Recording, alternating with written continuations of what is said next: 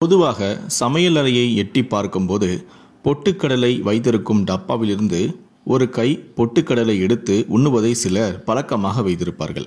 அவர்களுக்கு என்னுடைய பாராட்டுகள். ஏனென்றால் நாம் இப்போது அந்த பொட்டுக்கடலையின் சிறப்பம்சத்தை பற்றி தான் பார்க்க போகிறோம். பொட்டுக்கடலை பல இடங்களில் பல பெயர்களில் அழைக்கப்படுவது உண்டு. உடைத்தங்கடலை, பொட்டுக்கடலை, பொரிக்கடலை, பொட்டுக்கடலா போன்ற அதன் பெயர்கள் பல விதங்களில் இருக்கும். மற்ற பருப்புகளைப் போல இதற்கும் பல்வேறு மகிமையும் உண்டு. இது ஒரு மிகச்சிறந்த புரதப் பொருள்.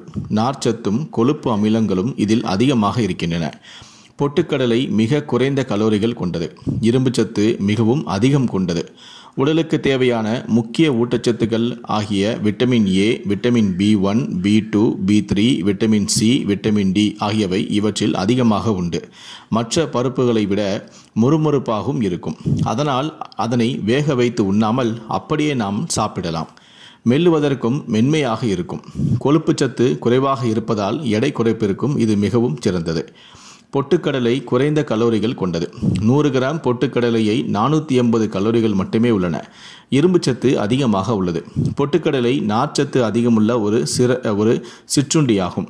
உடல் வளர்ச்சிக்கு தேவையான பல வகை ஊட்டச்சத்து கூறுகள் பொட்டுக்கடலையில் உள்ளன. நார்ச்சத்து அதிகமாக உள்ளதால் செரிமான புலன்களை சீராக இயக்கவும் வைக்கிறது. இதன் மூலம் செரிமான கோளாறுகள் தவிர்க்கவும் படுகிறது. இவைகளை சாப்பிடுவதால் உடல் ஆரோக்கியம் மட்டும் மேம்படுத்துவதில்லை, அனைத்து வகையான நோய்களிலிருந்தும் விலகி இருக்கலாம். அதே சமயத்தில் பொட்டுக்கடலையுடன் பாதாம் பருப்பு, அண்டிப்பருப்பு சிறிதாக சேர்த்து கொண்டு ஜாரில் அரைத்து அதனை பொடியாக்கி சாப்பிட்டு வந்தால் ஆண்கள் சந்திக்கக்கூடிய பல பிரச்சனைகளை இது சரி செய்வதோடு உடலுக்கும் வலிமையை அதிகரிக்கும். பொட்டுக்கடலை, பாதாம், முந்திரி உள்ளிட்டவைகளை சேர்த்து சாப்பிட்டு வருவதால் உடல் வலிமையாக இருப்பதோடு இன்னும் அதிகரிக்கும். பொட்டுக்கடலையை பாலுடன் சேர்த்து உட்கொண்டால் ஆண்களின் விந்தணுக்களின் தரமும் மேம்படும்.